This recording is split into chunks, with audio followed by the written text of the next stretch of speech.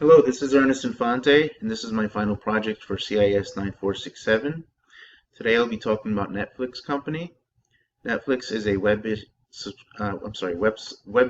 subscription service whereby users or subscribers can pay a monthly fee, and in return they're able to watch unlimited TV and videos.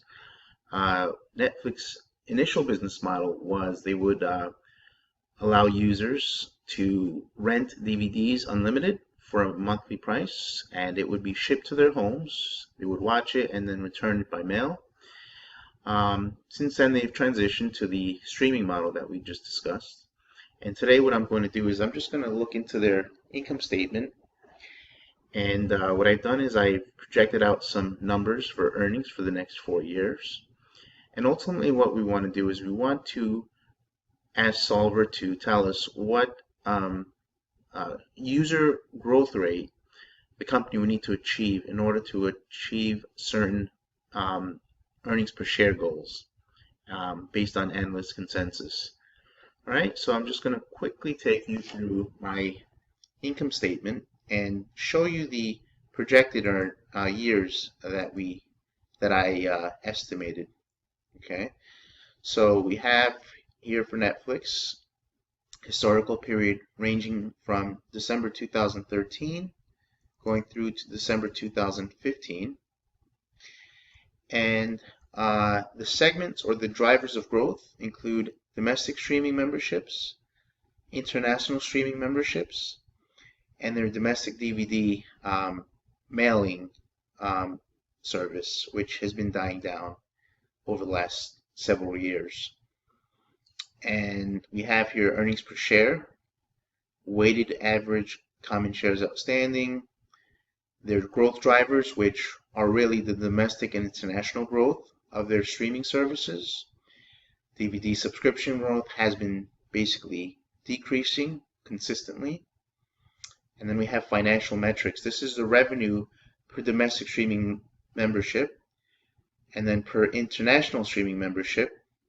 And then I've added a column to average those membership revenues per membership. And then we have the revenue per DVD subscriber. And then for cost of revenues, I've just basically looked at what it has been as a percentage of sales historically. I did that for the domestic streaming membership as well as their marketing expenses. And the same with international streaming and DVD subscriber membership rates. And then we calculated the tax rate, which is just a historical average. So based on that, revenue for domestic memberships averaged between $86.76, $91.02, and $96.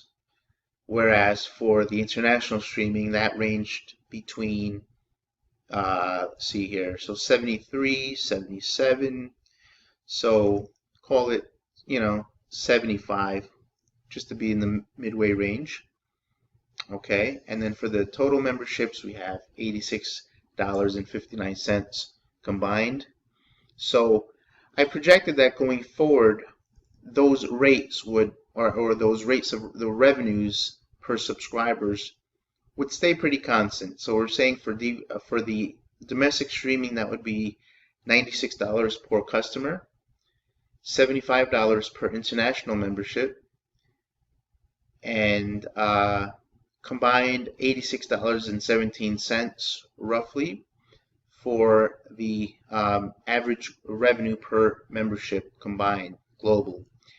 And then for the DVD service, it's $135 annually per membership. And then we have the cost of sales for the domestic membership is $60 for operational costs, 10% for marketing costs.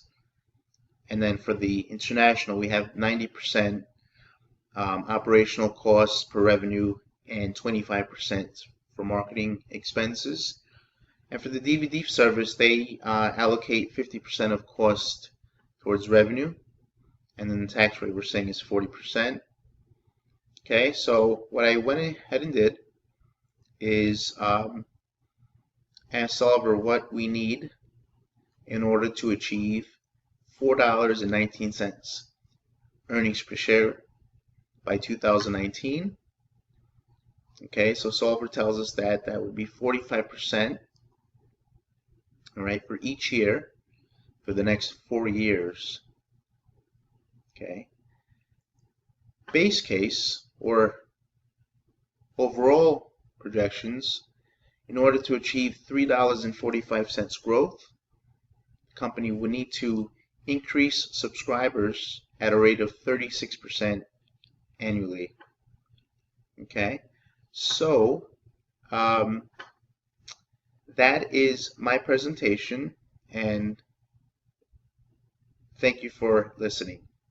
Have a great day.